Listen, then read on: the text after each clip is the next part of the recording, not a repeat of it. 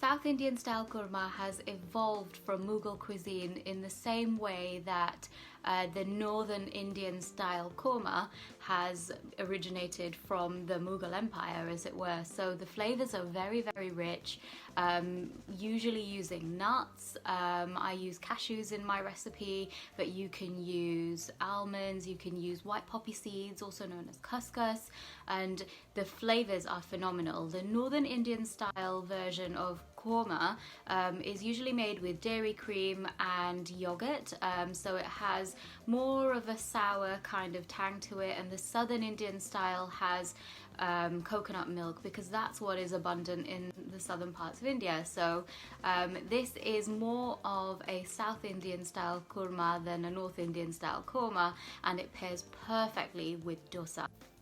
I have all of my ingredients for my vegetable kurma prepped in front of me, so let's start with all of the vegetables that we're going to need. And as you can see, we have everything prepared. So I've got some carrots here, some peas, red pepper, some corn. I've taken some off the cob and some I've left on just for a little bit of interesting texture. And then I have some green beans or French beans that have been trimmed and cut, and some cauliflower as well. But feel free to use whatever veg you have in the fridge at this point. Like, you don't have to stick to just these. You can add in things like courgettes. If you want to do a bit of a double carb, then add in some potatoes. Some raw green banana is really great in this too. Just feel free to add whatever you have. It's a really forgiving, raid the fridge kind of curry.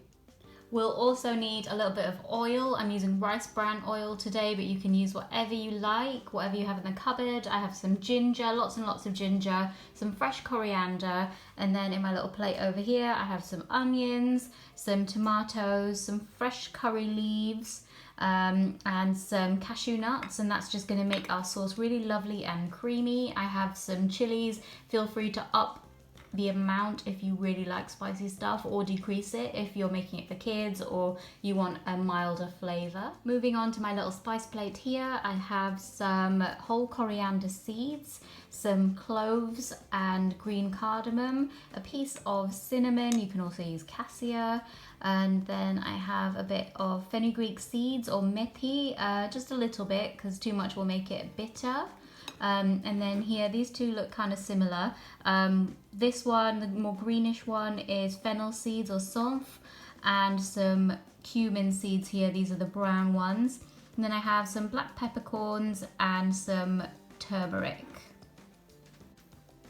Just a little tip that I'd like to share with you as well. What I like to do is add just a tablespoon or so of raw rice to my tadka and toast that off with the onions. And not only is that going to give our curry a really lovely kind of deep toasty flavor, it's also going to serve as a thickener. So when we blend our sauce, it's going to thicken that up along with those lovely little cashews that we've got here. These two are going to give us a really nice kind of thick coconut milk sauce without having to add like any dairy or anything, and that keeps this dish completely vegan and gluten-free. And finally, in my little mug, I have some coconut milk, and here I have a little bit of salt to season all of this up, and we'll also need a little bit of water to adjust the consistency once that curry is cooked. So we are cooking in our instant pot today. If you don't have an instant pot, that's completely fine as well. You can just do this on the stove as you would cook anything normally. But we are going to use our little instant pot to make this quick and easy today. First thing we need to do is switch it on. So I'm going to just pop it on the saute mode so that this starts heating up nicely. My Instant Pot is nice and warm now, so I'm going to go ahead and add my oil into this, and we are going to do our vaghar or tempering. The first thing I'm going to do is take my little plate of spices here and add in my cinnamon, cardamom, and you might want to just break your cardamom a little bit first, just so that it doesn't pop, and then I will add in my cloves, the whole coriander seeds, the peppercorns, and then my little cumin seeds can go in there. Basically, we want to add everything whole, so the fennel seeds and the fenugreek seeds or methi all go in there as well, and hang back with the turmeric for now, just because that's a powdered spice and we don't want it to burn. So just give these like a brief little stir, and then we can get on with adding the rest of our ingredients. So I'm going to add in everything here. My curry leaves first, and then the cashews and onions. Add in all of those onions, and the chili can go in too. Hang back with the tomato for now.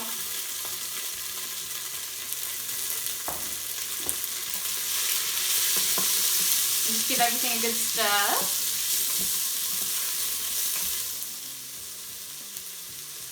Now we are ready to add in our rice. And remember, that is going to thicken this up really nicely, and I'm also going to dump my ginger in there as well.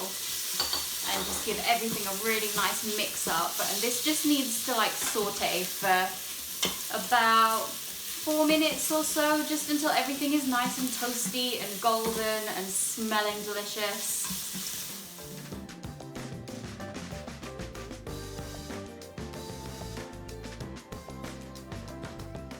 Our turmeric can go in now as well. And then just give it a really brief mix. Now I'm going to add in some hot water. And you want to use hot water as well, so that this kind of comes to the boil quickly. And as soon as you add that water, you will notice that all of that like sticky, glazed, brown stuff that was stuck to the base of that pan starts to lift off, and that is going to give our kurma an incredible flavour. Once this comes to a boil, we need to pressure cook this for about 5 minutes. So I'm just going to stick the lid on and then just put it on high pressure for 5 minutes, and that is going to soften up all of the nuts and the rice and everything, so when we blend it, it's going to be really, really nice and smooth.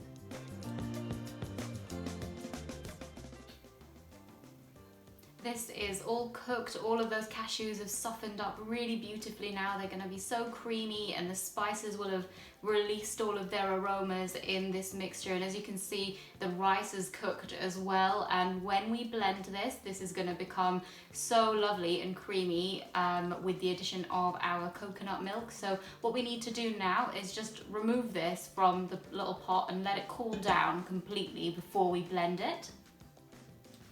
And it sounds ridiculous and really obvious, but let me just tell you, you need to lift this out of here as well, because the element at the bottom of your Instant Pot is going to keep this really hot, and we don't want that. So make sure you're taking this out so that it actually cools down and it's not just sitting on that super hot element in there. My mixture has cooled down completely now, and the last thing I'm going to do before I blend this is take out my little cinnamon stick.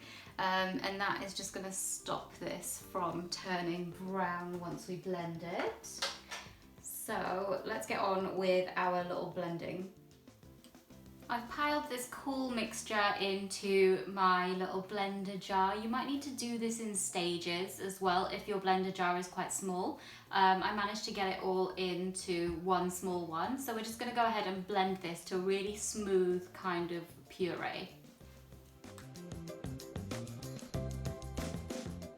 My sauce is finely pureed, and now I'm going to add a little extra step in here, and this is completely optional but something that I like to do to get a really silky smooth sauce, and that is to pour my sauce through a little sieve, and that is just gonna make this sauce so rich and luxurious. And it's also going to take some of those whole spice kind of husks and the seeds from the tomatoes, the skins from the tomatoes out, and you'll see that in this sieve in a second once I've pressed it all through. And I've just swished a little bit of water around in my blender jar just to clean off any of the additional sauce and spices there, so I'll pour that through as well so that there's no waste. The next thing we need to do is stir our coconut milk into the pan. So I'm just gonna drizzle that all in. And as you'll see here, I've separated my peas from my veggies. And the reason why I've done that is because this is already cooked. These peas are already cooked, so I don't want to add them in at this stage. If you're using raw peas, then that's absolutely fine. You can make sure that you are adding those in with the rest of the veggies, but because I'm using frozen peas and they're already cooked, I don't want them to cook anymore, so I'm going to add them in right at the end. So let's just go ahead and stir in our coconut milk.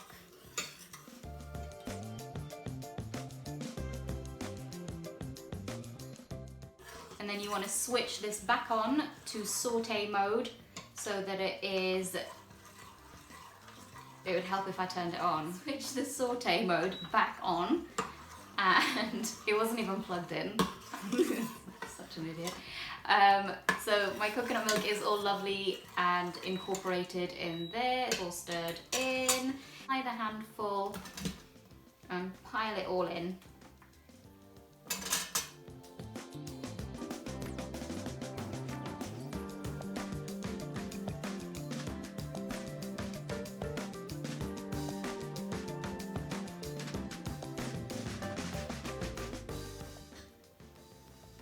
The last thing I'm going to do here is just add in my salt and then just give it a nice little mix up. It's just starting to boil now, so I'm going to stick the lid on and make sure that the vent is closed. So now all we need to do is cook those veggies out. So I'm going to pressure cook this for 10 minutes this time. This has been cooking for 10 minutes now, so I'm just going to lift the lid on it.